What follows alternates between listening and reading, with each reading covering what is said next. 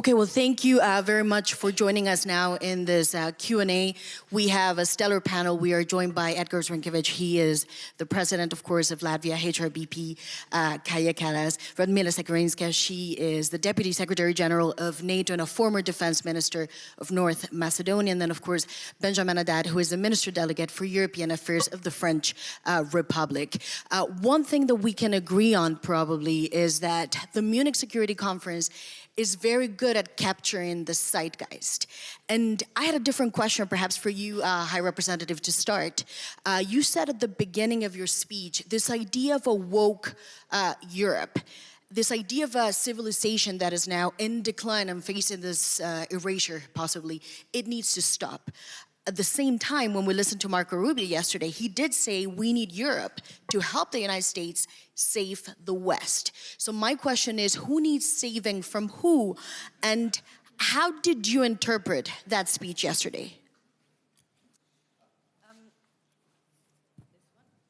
Well, I think there was messages for us, and there were messages for the public in America, especially their constituents, really. So this was two sides. I mean, I think for me, every time I hear this European bashing, it's very in fashion right now. So I'm thinking of what is the alternative, and really, I mean, all the best or good things that we have gotten from Europe and all the good things that Europe actually presents. When I go around the world, I see, countries looking at us because we are representing, the values that still are high. I mean, we are, pushing humanity forward, trying to, defend human rights and all this, which is actually bringing also prosperity for people. So that's why, it's very hard for me to believe these accusations. Coming from a country that is number 2 in the press freedom index, hearing criticism regarding press freedom coming from a country that is 58 on this list, it's interesting.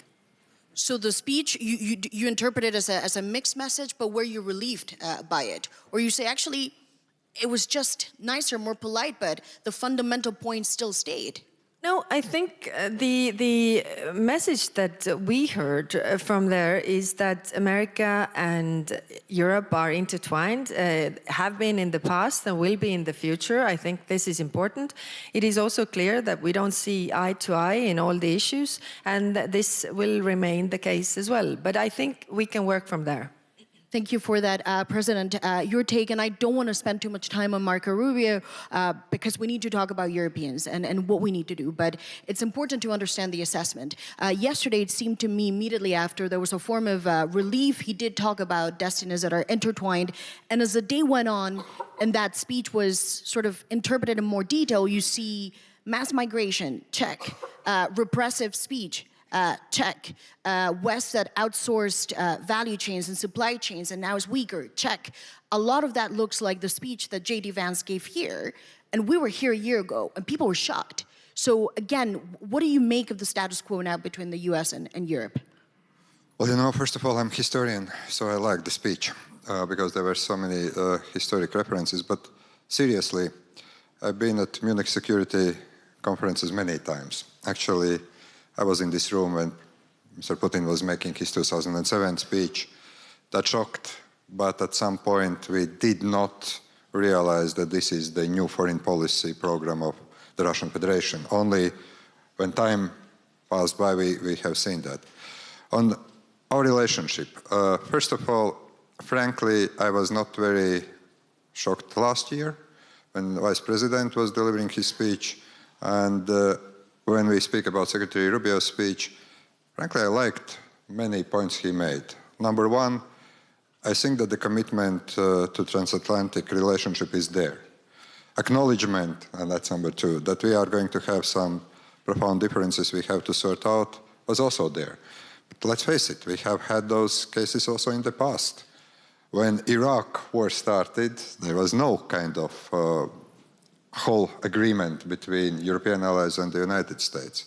Number three, yes, like it or not, but migration issue is becoming a hot potato in many of European countries.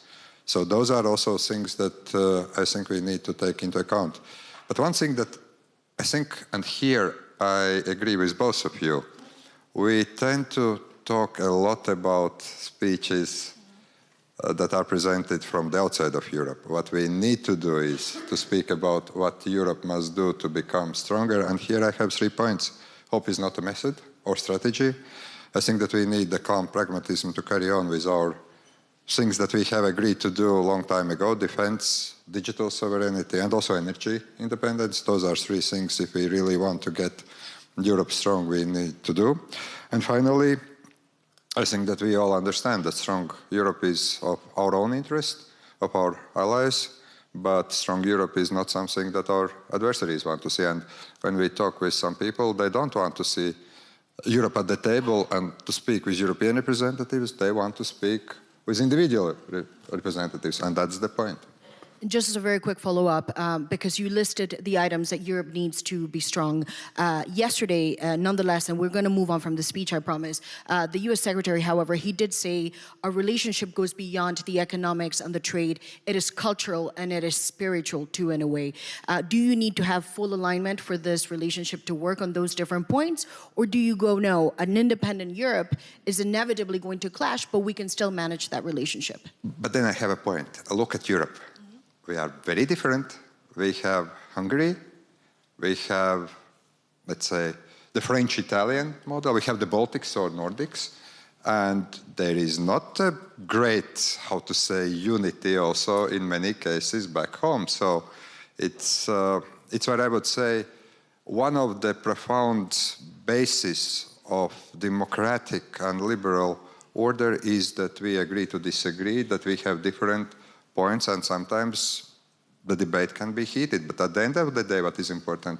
To find a common ground. And I still hope that with all the differences, we can reform and transform transatlantic relations, but more based on the partnership rather than following. And that's our own fault that we were neglecting defense and other things for so long. And energy dependence of Europe on the Russian gas and oil was profound just a couple of years ago.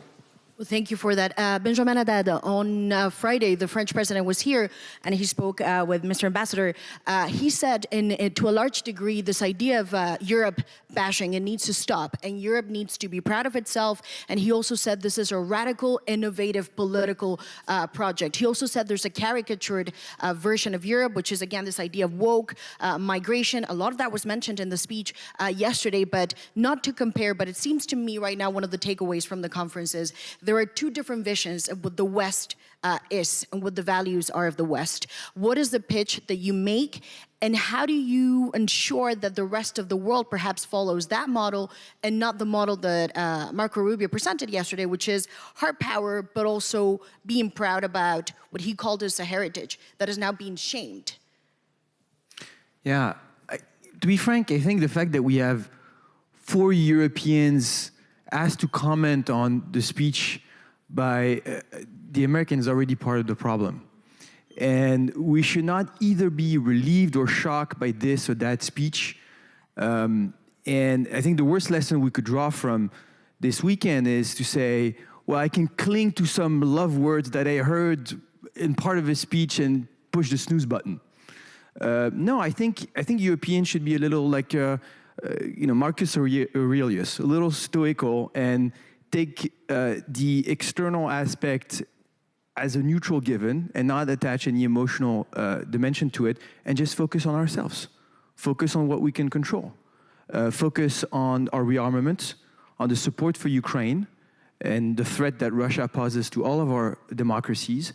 Focus on competitiveness. Just the day before this conference, actually, we were with the heads of states and government in Liège to push the integration of our internal market, to push the investment into AI, quantum, space, cyber, to reduce our dependencies and the risk, as we see that the relationships we've had with partners are now weaponized as tools of influence and power. And yes, we should be proud of ourselves, and we should be proud of our model. Kaja said it very well in her introduction. We have countries today that are candidates to join the European Union, and they're reforming very deeply. Why? because they know that this is also the best anchor for the rule of law, for liberal democracy, for prosperity. And you have protesters in certain countries that even they get targeted because they're brandishing the European flag, because it's an aspiration for them. We can be proud of the fact that in the last 12 months, the bulk of support for Ukraine is provided by Europeans. I remember very well where we were here last year, and then a few days later, we had the Oval Office meeting between President Trump, Vice President Vance, and President Zelensky, and a lot of us in the commentary were saying, well, can Europeans continue the support for Ukraine on their own?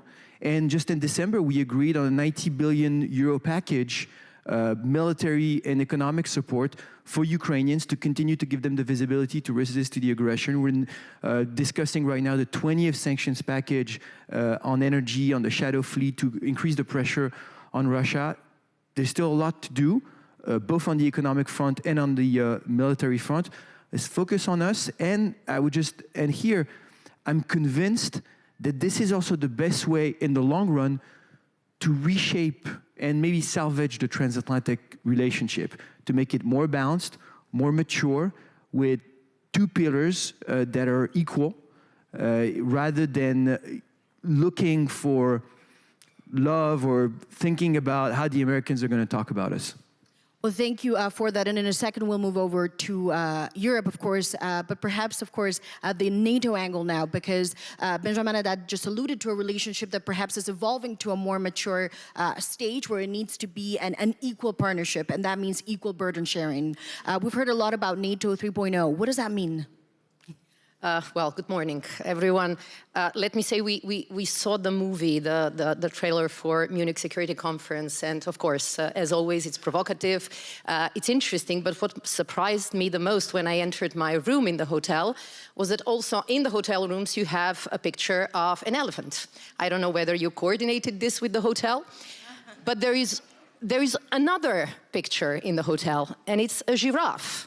And I also thought it's a message from the Munich Security Conference that we do need to look forward to the challenges and the big picture from a slightly higher perspective. And what we all agree during these 3 days is that our security environment, the global security environment, has never been more complex, more contested, and more challenging. How do you deal with the complex and challenging security environment? By pulling all your strengths together. And this is our view, that EU, and actually not just the EU, but Europe and US and Canada can be both stronger and safer together. And we see this in NATO every day, because we have to deliver on these things both in peacetime and prosperity, but also in crisis and conflict. What was the call of your panel is actually what is happening. Europeans are stepping up. And it's not either or. We have to do both. We have to have European allies and Canada stepping up, but in the same time, we have to get our work done within NATO. Yesterday, I think also Secretary General mentioned this, the change in Europe and Canada is really breathtaking. I mean, look at Germany's number. In 2029, so 6 years ahead of the commitment in Hague, they will spend 152 billion euros on defense, 3.5, already there. It's double the amount that they have invested in security in 2021. A remarkable change, but also change is happening when you look at capabilities, contributions, and leadership. 7 out of 9 forward land forces of NATO are currently run by Europeans. And the recent decision to have actually 2 of our joint commands being now run by Europeans, by Italy and the UK, while US increases its commitment by having leadership in the 3 theater commands, this is something that sends the message. We can do both. We can have a stronger European pillar, we can have stronger European presence, stronger European leadership, but in the same time, we invest in the transatlantic cooperation because it gives us the action and the speed that we need. And can I just ask us a follow-up question? Because in this Munich Security Conference yesterday, we also heard from the head of the Commission, and she said we need to instill life into a mutual defense clause within the EU treaties. On the Friday, the French president talked about a more holistic approach when it comes to nuclear deterrence. It seems to me that this is sort of a plan B. In life, when you put together a plan B, it means that you don't really trust that plan A is fully going to work. So is that sort of stepping up within NATO, or is that a reflection that, yes, there are doubts about the alliance? What I decide every time when I come to the Munich Security Conference is not to interpret the words of those who were speaking before me. But let me say this. The investment that the US, Canada, and European allies, and when we talk European allies, now I look at my friend Levant, don't forget, Turkey, UK, Norway, all this is part of this effort to strengthen the alliance and to strengthen the European part of the alliance. We need the strong sides of NATO in order to deliver when needed. What we do well is command and control. What we do well are multi-domain operations. What we do well is actually having the ability to perform tomorrow. Look at the 3 things that we have done just in the course of the less than 12 months. Because of this power and because of this cooperation, we were able to immediately reinforce our eastern flank with one vigilant activity, Eastern Sentry. This is why we were able to deal with the events at the Baltic Sea and the threats towards our undersea infrastructure, Baltic Sentry. And this is why we were able to pull all our resources and have a new Arctic Sentry activity initiated by our Supreme Allied Commander, which was doing the right thing in the right time, because we had the capacity, we had the power, and we can take action. So this is why I don't think it's a question of one or the other. We have to do both, at least both, in the same time. Well, thank you for that. Perhaps a question also for you, Madam Kallas. Again, going back to this idea of the weekend, the French president talked about this holistic approach. The head of the commission brought up Article 42.7. 5 years ago, nobody would have talked about this clause because that's what Article 5 is for. So is that a reflection of doubts in terms of this alliance, or is this a recognition that this is part of the process of Europe growing up?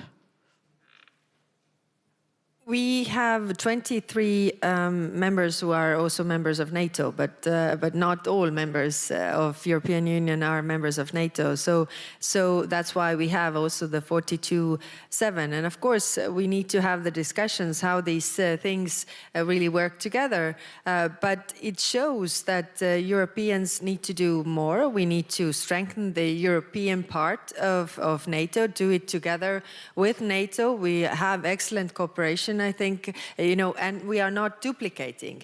I think this is also very important because we can push the defense industry, come up with the initiatives that actually help our members that are common between NATO and European Union to also achieve their capability targets in NATO. So we are really trying to do that. And what we are also trying to do, which is a bit hard because defense has always been national competence. And we really need to push, Europeans to think European. I mean, the national defense ministers, but also all the layers, underneath to think European. I'll give you one example. One minister said, they have a big procurement, and then he asked his people who are doing the procurement, did you ask the other member states, whether you can join their agreements, you can do this together, and they hadn't. So we really need to change this. I think, meeting together also with the defense ministers more often is giving them the thinking, the European thinking, because we have too many, standards, we have too many different capabilities, and in order to bring down the costs, also bring down the procurement times, we need to really work together and not to have this, defend our own industry or, it's my national, but think regional, because the threat is actually European. So the answer should also be European. And can I ask you, what's going to break that wheel then? Because it's been 2 years that we hear this. A commission job was created precisely for this, to make sure that there's a level of cohesiveness in procurement. We've heard this now for many months, but you say it's still a problem. What's finally going to break this wheel then? No, I'm not saying it's totally lost cause. Actually, we have done a lot of work. We have the European Defence Agency that is helping also member states to do the joint procurement and push this forward. But actually, it starts from the thinking on the higher political level, that when you think in terms of defence, what am I doing with the money that I'm now spending under the NATO's 5% target, then it's not only how much we spend, but actually how to spend it more wisely. So this is the push that we have, and I would say that we are moving to this direction. What we also need is the cooperation from the defense industry side. Well, thank you for that. And since the High Representative mentioned higher political thinking, maybe I'll go to you, President, for that. When it comes just specifically, and I wonder if you've even thought about this in that kind of detail. Yesterday, again, when the head of the Commission says we need to instill life in this mutual defense clause, have you ever contemplated what that would mean? Because right now the definition is very blurry. Article 5 is very clear what it means. Attack on one is attack on all. How do you perceive a mutual defense clause for Europeans? What should be in it? Well, I will start with a bit unusual answer, Ukraine. If Ukraine becomes EU member state, I think that clause is going to be a very, very real one, because Ukraine has now such a military capability, like it or not, most of our countries do not have. We have only one EU member state, and that's France, with nuclear capabilities. But I think that's a high strategic thinking. For me now, Ukraine's EU membership is not only about the traditional EU principle, but also about defense. Now about more detailed way. First of all, we have worked, and I think that here I want to say that Europe has moved very well on military mobility issues. We have still situation, but this is improving, that actually for one European army unit to cross the border of another country, you still need to fill some paperwork that you normally don't want to. It's almost like creating a military Schengen. That's one. Number two, I think that right now EU member states are more investing in dual use or actually military infrastructure. That is something that is really needed in case of crisis. Number three, I think that, and here High Representative can answer better, but we do have the EU Military Committee. We do have all those planning things. But we have been, particularly in Latvia, always very cautious that we do not duplicate NATO, because that's important. That's a bad idea. Duplication, you think, would be a bad idea? We should not. We should use as much as we can, and here I also think that the idea that Europeans are taking more military command posts is a good one, because that actually increases this kind of military planning, operational awareness, and anything else. Should we have European army? That's a great question, but I always ask the counter question, what do we understand by the European army? Do we understand standing corps, divisions, I don't know, armies that can move, or we understand better planning, better execution, better joint exercises, and so on? That's where, frankly, I have been always skeptical about putting a political slogan, but then having completely different answers what we understand. So this stage, the idea of a European army, and I insist on this, the Spanish foreign minister also brought it up again yesterday. You think at this point it's more of a concept than anything you've ever discussed in serious detail? Well, frankly, I've been foreign minister for 12 years. I started back in 2011 when the world looked completely different, and I ended when Russia invaded Ukraine back in 2022.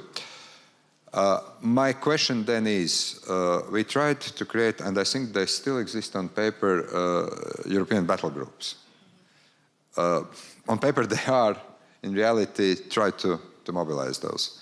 If we go that way, then probably, yes, we can try to figure out the way how we can create the mechanism that helps in times of crisis.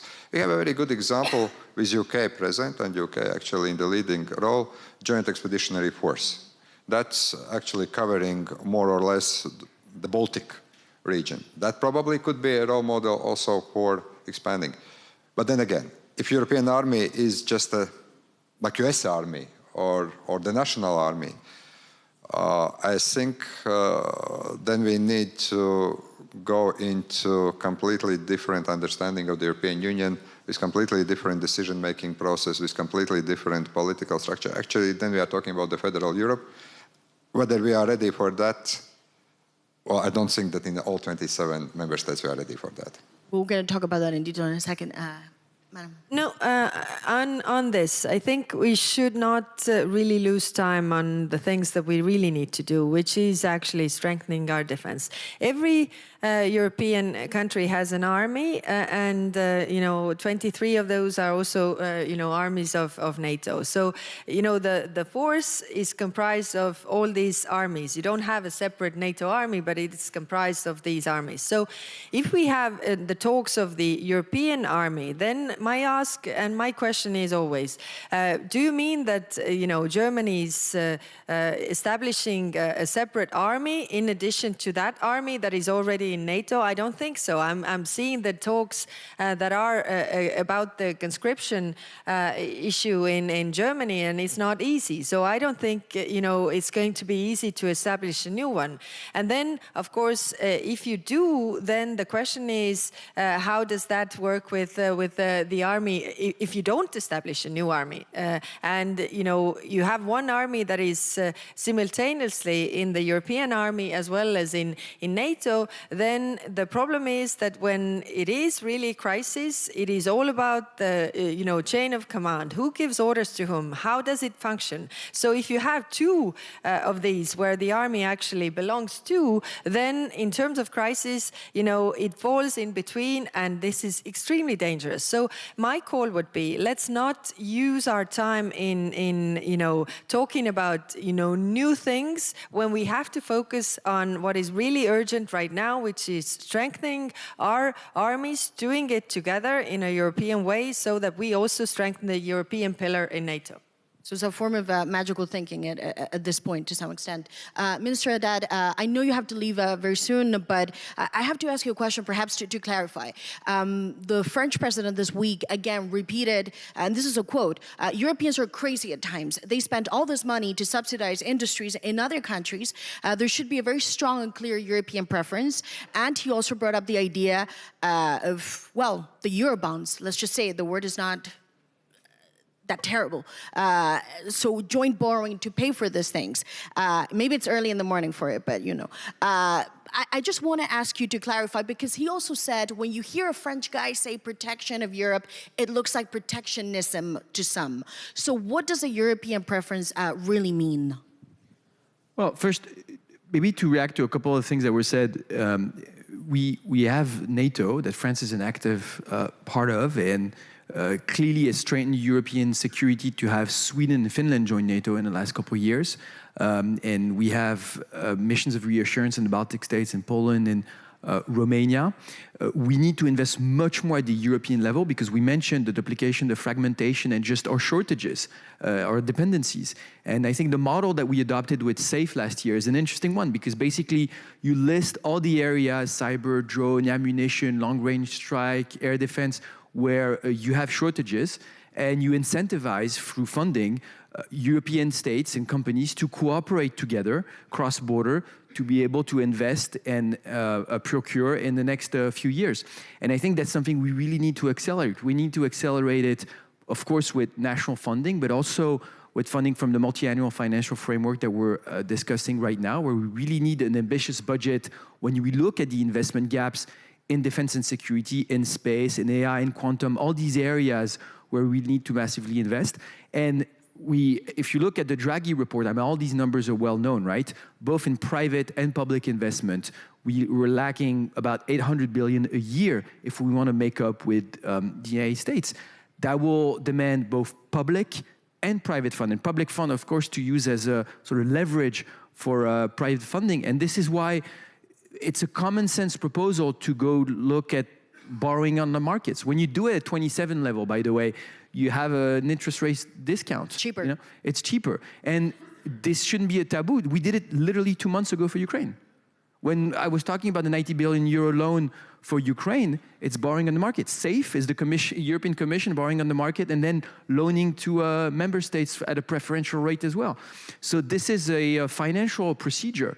The other possibility will go to look for the national budgets directly. So this is what the president has been talking about when he talks about Eurobonds, is basically say there's an urgency, we need to invest, we need to increase our capabilities, support our innovators, our entrepreneurs, our industry, and let's do it by borrowing. Now, the other thing I would say on European preference, here again, it's also common sense. As you tell people, we are going to support an increased budget on defense. We did it in France, and all neighbors are doing it. Germany, of course, is doing it. Over the 2 terms of the Macron presidency, we'll have doubled the defense spending of France.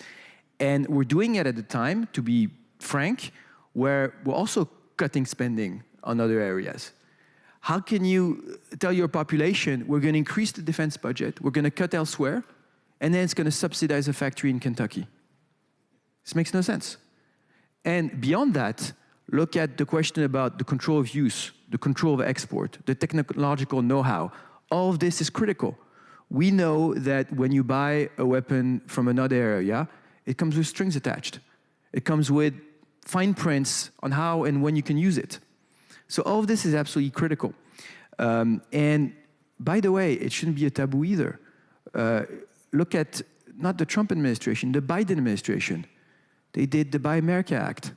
They did the Inflation Reduction Act, which was a massive subsidy program within the United States, either for US companies or for outside companies that were reshoring, that were investing manufacturing in the United States. We should be open. We should trade with the rest of the world and diversify. But there's 2, I think, clear criteria. Number 1, you want to have a level playing field. And so when you have other partners that are also protecting or subsidizing, you want to be able to do the same. And number 2, on critical areas of sovereignty, of national security, and this is not just defense, by the way, because when I'm talking about AI or even payment systems, you want to reduce your dependencies or de-risk, as we say. On all these areas, you need your champions. You need your European champions. And by the way, and I've met a lot of them just in the last 3 days, we have the innovators, we have the entrepreneurs, we have the people who are ready to take the risk. Let's just give them the tools to go to scale, to conquer the world, to compete with the Chinese and the Americans, and to build the European sovereignty of tomorrow. And I know you have to go, but just to be more specific, since the panel is about a plan of action from the Europeans, everything that you say, this breakthrough, will this happen before the summer? Because again, the French president said either there's a breakthrough in June and it's a full package for Europe, and that also means joint borrowing, or we're going to do it in a smaller coalition. Is that the deadline? Because ultimately, if not, this is just a debate that goes on and on. No, you're completely right. I think we have to be very agile on the formats. Of course, it makes sense to have initiatives at the 27 level. And this is also how we've built the European Union for a long time. Even when you look at the Eurozone or Schengen, you can have a group of countries that decide to move forward, to build a structured cooperation, or even to work with countries that are like-minded partners outside the European Union. When we did the coalition of the willing on Ukraine to work on the security guarantees for the day after a ceasefire, but also to support Ukraine today. Of course, we do it with the United Kingdom. This is a major strategic partner and is very convergent on our values and worldviews. Specifically, if I may, just very briefly, would the market wants to see Germany on board on this? They don't want to see a smaller coalition of France with a number of other countries. They want to see Germany on this. Do you think this can happen by June? You have to ask Germany and the other partners, but I think it's in everyone's interest that we can move forward on this. But just to finish on this, the coalition of the willings on Eurobonds, you're right, but on everything, when we're talking about capital markets union, the 20th regime in corporate law, I think it makes a lot of sense to have a group of like-minded countries move forward together. And let's think also about how we associate countries like the UK, like Norway, like Canada, and a lot of initiatives that Europeans are taking, like we did with the coalition of the willing on Ukraine. Well, thank you for that. I know you have to catch a flight, so thank you for joining us. And Madam Sekerinska, I know you also have to catch a flight, but let me just ask you a final question. There's been a lot of debate around Europe and what to buy and not to buy. How much time do you spend? Thank you very much, of course.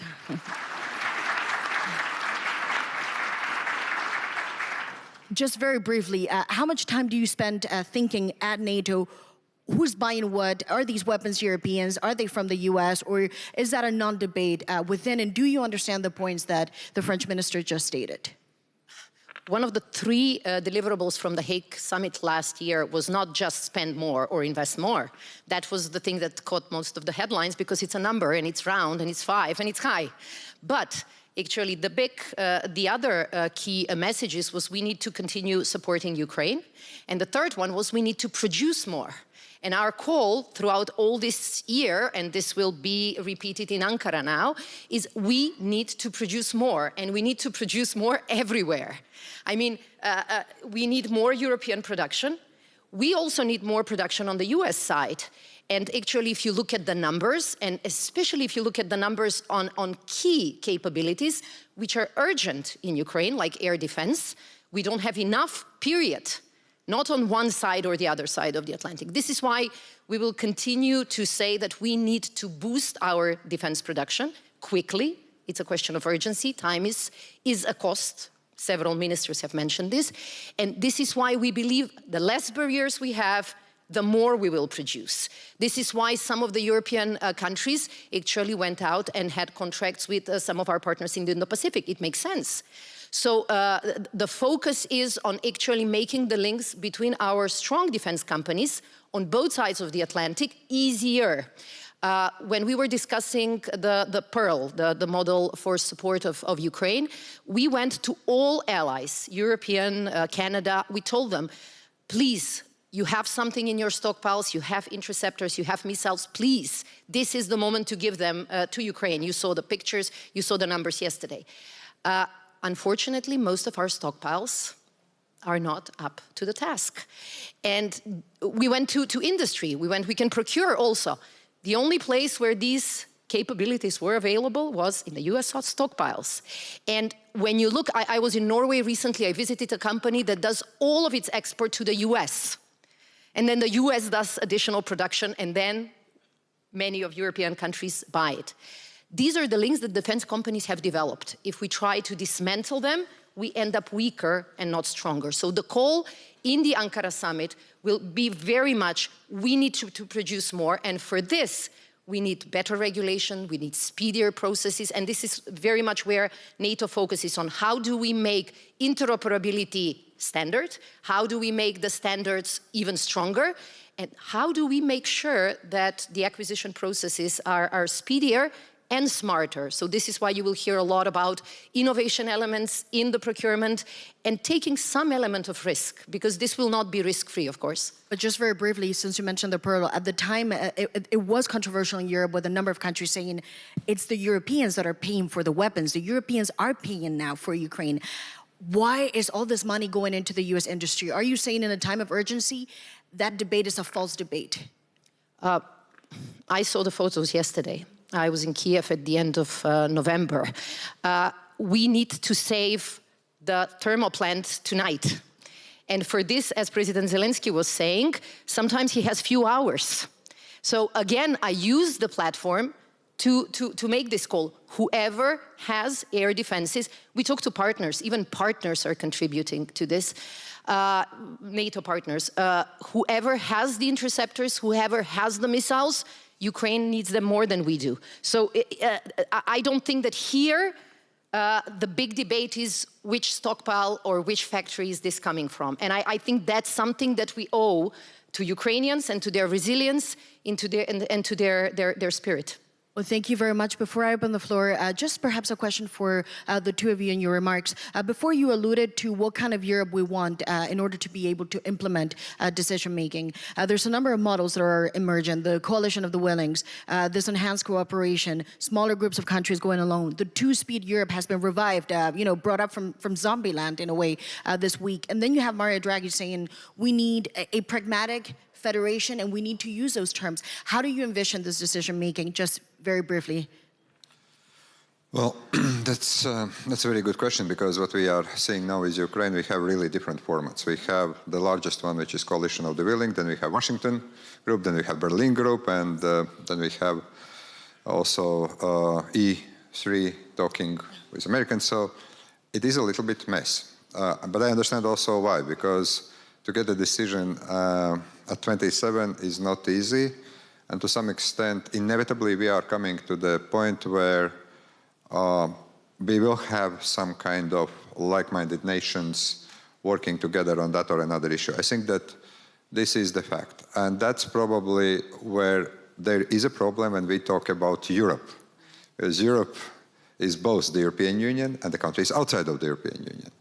I very much cherish the fact that the United Kingdom is coming back to many formats. I see that one unresolved issue that we still have is EU's, and I really liked yesterday's term at Ukrainian lunch, not enlargement, but European unification with Western Balkan nations, Ukraine and Moldova. So that's an issue. But look, I think that there is a danger.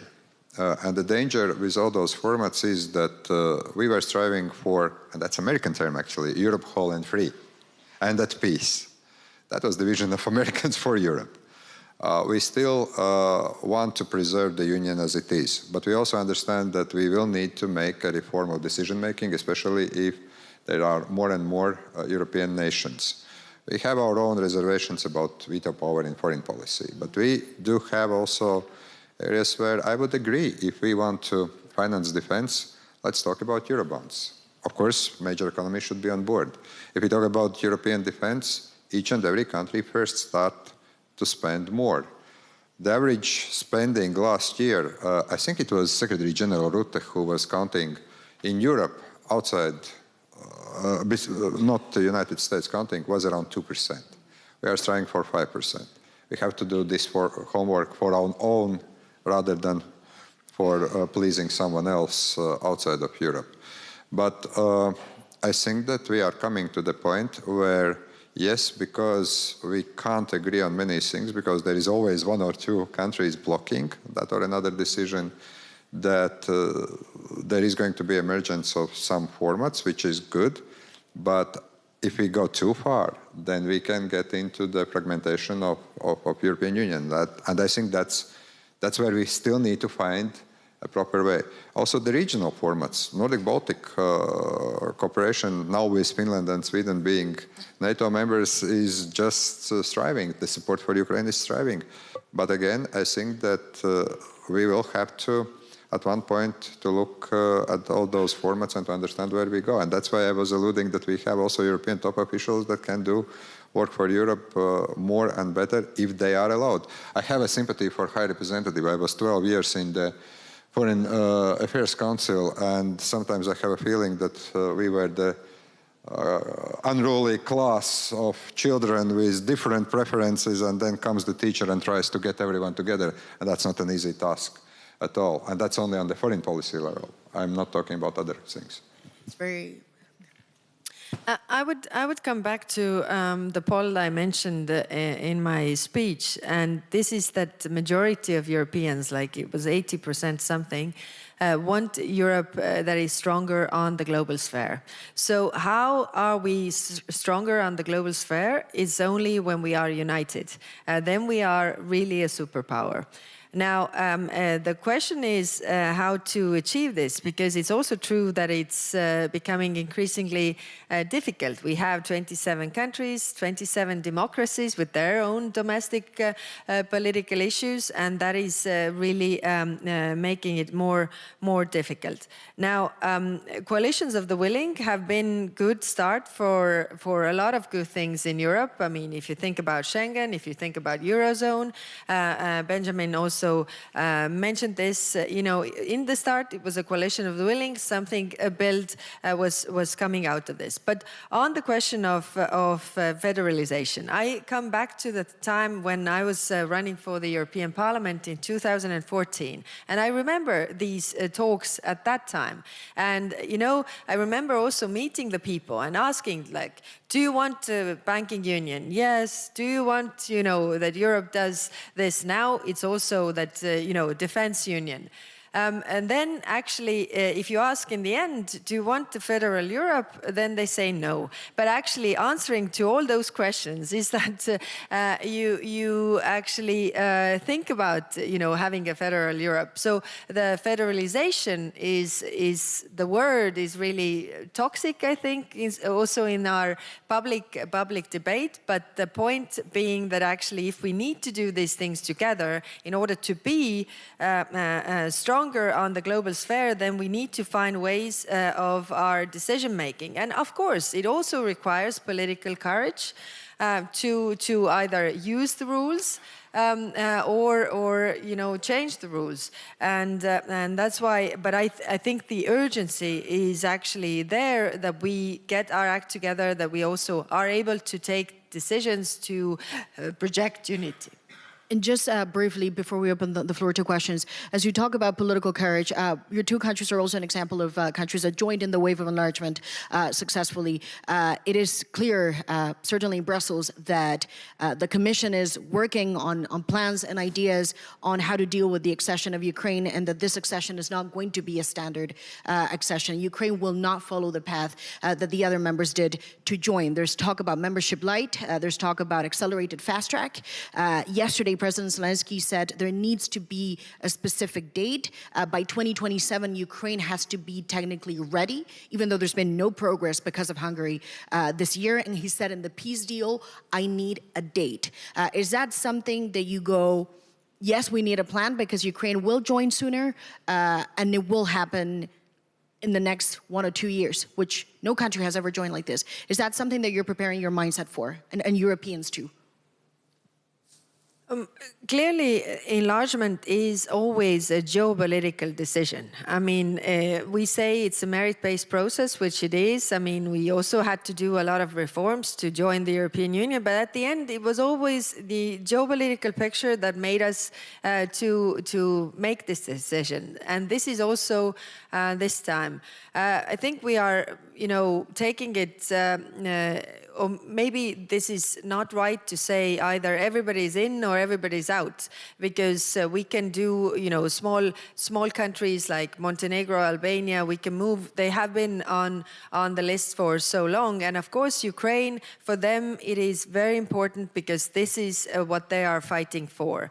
Now, I think we need to also move fast in our decision-making processes if we want to change them, because it can't be that, our candidate countries are doing their homework and then we say, oops, we are not ready. Just wait there. So we really need to work on that. But I think my feeling is that the member states are not ready to give a concrete date. There's a lot of work to be done, but I think the priority, the urgent need to move and to show that Ukraine is part of Europe is there.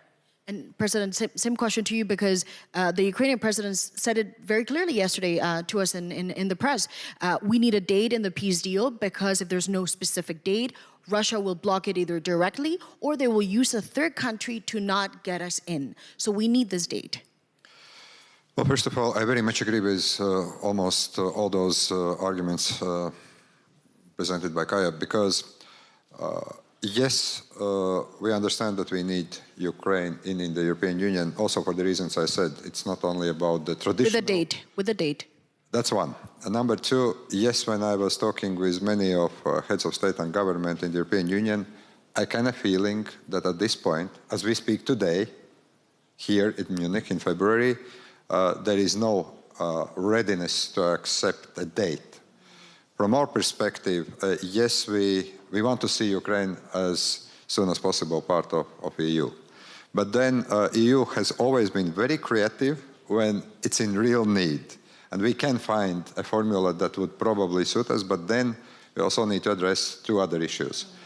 Then we need to look at Western Balkans, because here I agree, EU has lost all the credibility in that region. We have been promising so many things in return for reforms, for name change of North Macedonia, for instance. We have been promising membership for long.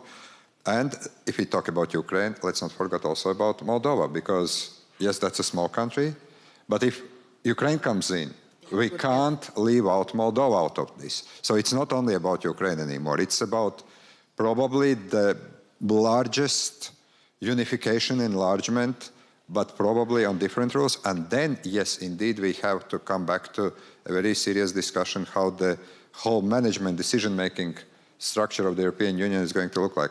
About dates. Like it or not, I think it's very much tied now to the peace deal. Is there going to be a peace deal or not? If, in all honesty, you ask me today, and we had also the panel yesterday, I don't see that Russia is going to move. And if Russia is not moving, then we are not going to have a deal. I very much applaud the efforts of President Trump, of European leaders, of President Zelensky. But now the ball is in Russian court.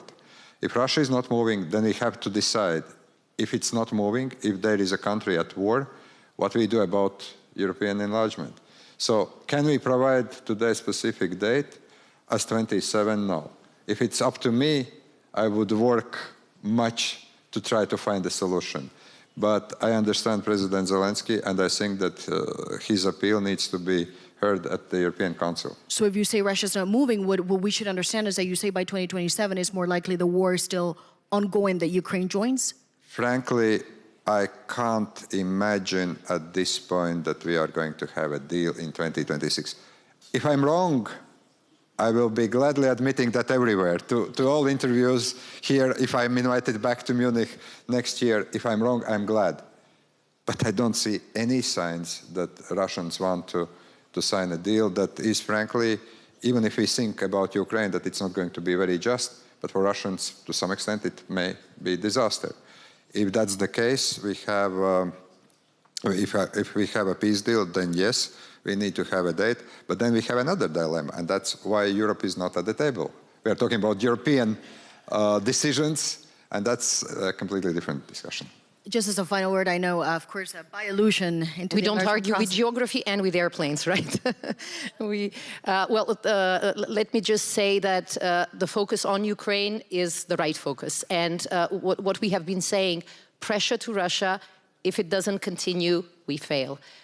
Support to Ukraine, if we don't continue and strengthen in certain areas, our deterrence will be weakened. What all our intelligence reports are saying, what all of our political analyses are saying, is that Russia will become even more of a danger after the war ends. You look at their military production, you look at their military reconstitution, all this sends the message that this concept that Russia's foreign policy is about expansion is standard.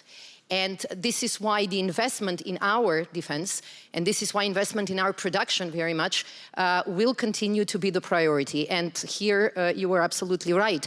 We need to say that defense spending and defense production is increasing across the board. Support to Ukraine, we also need more burden sharing when it comes to support to Ukraine. And these are all issues that require implementation and action, but we will stick to the same words and the same three priorities. And forgive me. Thank you very much. And I know you must go, so please a round of applause to Madam Sekerinska. Thank you very much. I think I'm on the same plane. We're on the same plane? Okay. Exactly. So we need to also deal with the logistics, but we are going to open the floor for questions. So if you have a question to address to them, please, now it's the time with microphone. Yes, of course.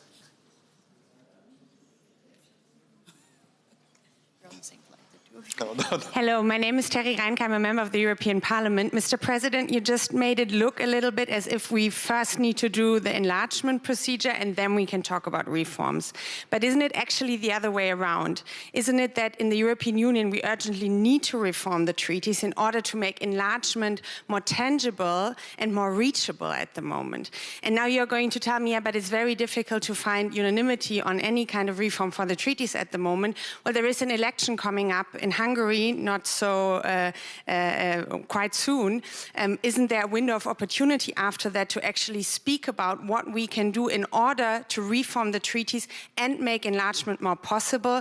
And wouldn't it be on the member states to come up with a tangible plan? Speaking as a parliamentarian, we have worked on, after the conference on the future of Europe, on making proposals. We have so far not really gotten a credible reply from the Council. So wouldn't it be on the member states states to come up with a plan, because we urgently need to be ready to act as a European Union, and for that we need to reform how we work today. Well, thank you very much. I would caution that both Olympic Games or any championships and elections sometimes produce very unexpected results. Let's not jump ahead of the curve.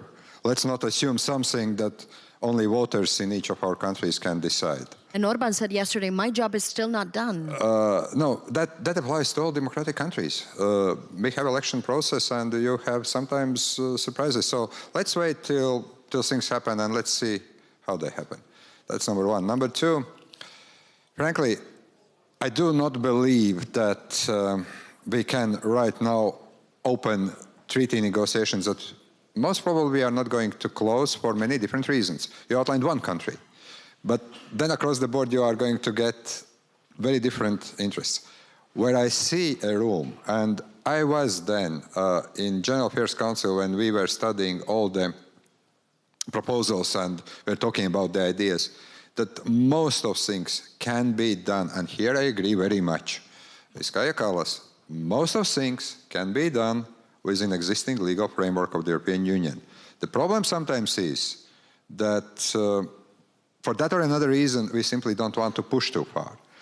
You remember that famous European Council meeting where a leader went out to drink a coffee and he came back, a decision was made, and it was done.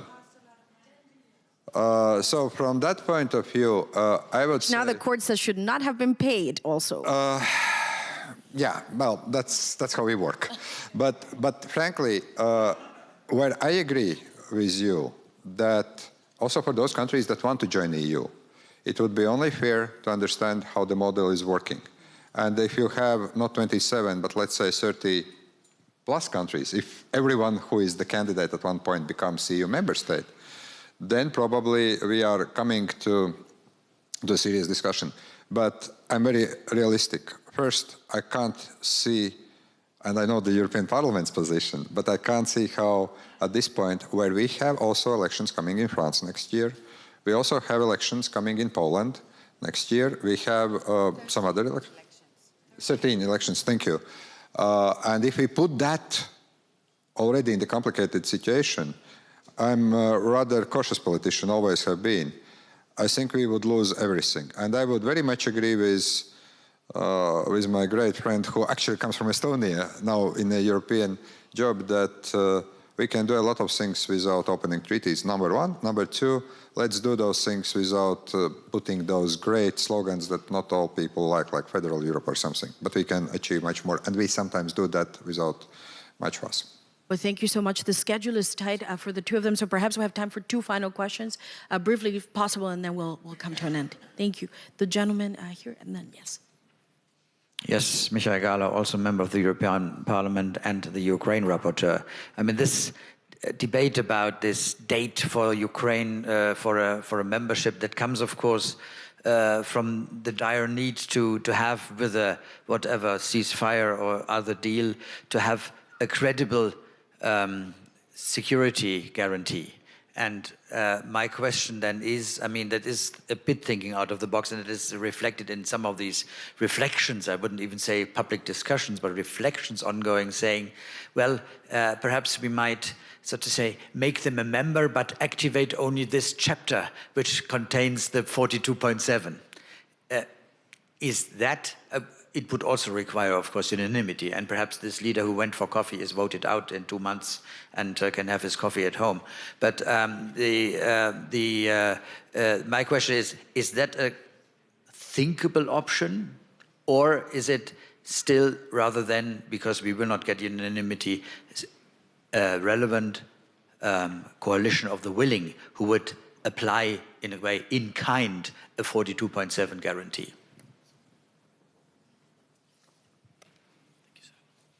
Okay, very quickly, and then if I'm a Ukrainian and I ask you, okay, and what's in it for me?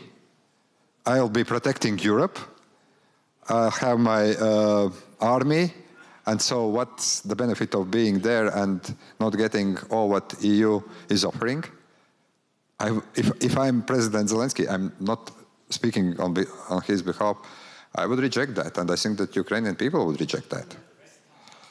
Yeah, but when? And then you need still a clear plan, and then you have all the issues. Now, I would say that this needs to be a very creative thinking where we already have committed a lot of money, and that's where Europe can be proud of itself. Let's not bash ourselves where we should not. And we have done much more than one could imagine just the day before Russia invaded Ukraine. I was then seeing that thing happening. But I would say that we need to find then how we rebuild Ukraine's economy, how we help them to restructure their management, and they need also to have a kind of decision-making power also at the table. And perhaps now time for a final question. Yes. Thank you. My name is Karsten Friis. I'm at the Norwegian Institute of International Affairs. So this is about agency, and the problem for Europe has always been that we have all these investments and initiatives and spend money, but we don't manage to channel it into political agency. That's why we're not at the table when it comes to Ukraine, in my view. But now we're seeing it is coffee break solutions, the A3s, the A5, the Weimars, and all that. But they indicate there's a weakness, isn't it, in the highest political level in Europe, how to do strategic decision-making. So my simple question is, do we need to make, for instance, the E3 permanent? Make the E3, for instance, or highest level political decision-making. Do we need a new political levels, permanent decision-making structure? I agree with President here that there are tools in the treaties. We need the political courage to use them, and I have experienced this myself, saying that I have all these countries that are proposing how we can work, what kind of methods we can use, and then I say fine, let's take this decision and use now the methods that we have agreed, or like you're proposing. Oh, but not this decision. So I think the urgency maybe is not there for everybody, or the understanding of the urgency. Now, we have 27 countries in Europe with 27 different historical backgrounds as well. Now, when it comes to Ukraine, I'm sorry, I honor my E3 colleagues very much, but if you think about 2014 and the agreements that were done, there was not really an understanding of Russia, and that's why it went wrong. Now, and coming to the question that we are not at the table, we are not at the table because the Russians really see that they get what they haven't achieved militarily. They hope that they get this diplomatically at the negotiation table, and Americans will deliver this to them. Now, we Europeans, we can't agree to these things. Now, there comes a point where also Russians understand that the things that they actually need or think that the Americans will deliver are dependent on Europe. So we shouldn't be the demandeurs that, take us to the table, but we should discuss what we want to achieve when we are at the table. And that's why I say we have seen a lot of concessions, a lot of pressure on Ukraine. And of course, it's easy because they are the weaker part. Why don't you just surrender and give them what they want and we will have peace? We already had that. And what we had more wars. So that this is time where we have to respond to the maximalist demands that Russia is presenting, also with the demands on their side. Because if we want a sustainable peace, then we need concessions also from the Russian side. And the things that they need, lifting of the sanctions, frozen assets, all this is European decision. If we don't, just agree to whatever America is negotiating, then, you need to talk to us. And we have to end this session very soon, but to that extent, High Representative, there's all of this debate around this Russian envoy and even names that are being floated. But it seems to me the Europeans cannot even agree on the mandate for this envoy. Is this about going to the Kremlin and talking to Vladimir Putin? Is this a table? It seems there's a lot of piling up on things that already exist. There's already a top diplomat. Yeah, that's why I propose to the member states, concrete, mandate that asks that we would have to Russia. So whoever goes to that table, whether it's individually or like bilaterally, then they should also ask these things from the Russians. So it would be very clear that this, I bring you one example. We have a saying in Estonian that, if you demand a lot, you get little. If you demand little, you get nothing. And if you demand nothing, you pay on top. So keep it in mind. President, just a final word, perhaps, on this as a conclusion to sum up. On what? Choose your. We've talked about this date for Ukraine, this Russian envoy, this very complex political structure. It seems ultimately to reflect the question of our guest. It's a question of just figuring out a structure, how to make decisions faster. Is it the two-speed Europe? Is it Mario Draghi? Something's got to give ultimately. Okay, I think that to some point we need to understand that on many issues, we are much better than we sometimes critically think. That sometimes needs to be simply acknowledged. And we have been very efficient helping Ukraine. Yes, we have had discussions that we should do more, but we have been able to do that. We have been able to manage many financial crises and some other challenges. What we currently need is probably not so much, and here I agree with all the panelists who said, not so much listen to what other people outside of Europe think of us, but simply to work so that we become strong and credible negotiating partner. And another thing, there is temptation. Coming to your question about E3, as a German, I can understand. As a German, you can probably be happy about that. I'm coming from the small country, would say no. There are so many dangers, but where the point is that we have been always able to find solutions, and we have been always able to move when we understand sense of urgency. And I think that we understand this sense of urgency, and we will work out everything. It will be painful, it will create a lot of discussions, but I'm quite optimistic. Well, thank you very much, and we have reached the end of the session. Thank you very much to President Rinkevics, and thank you very much to Madam Kaja Kallas. Thank you very much.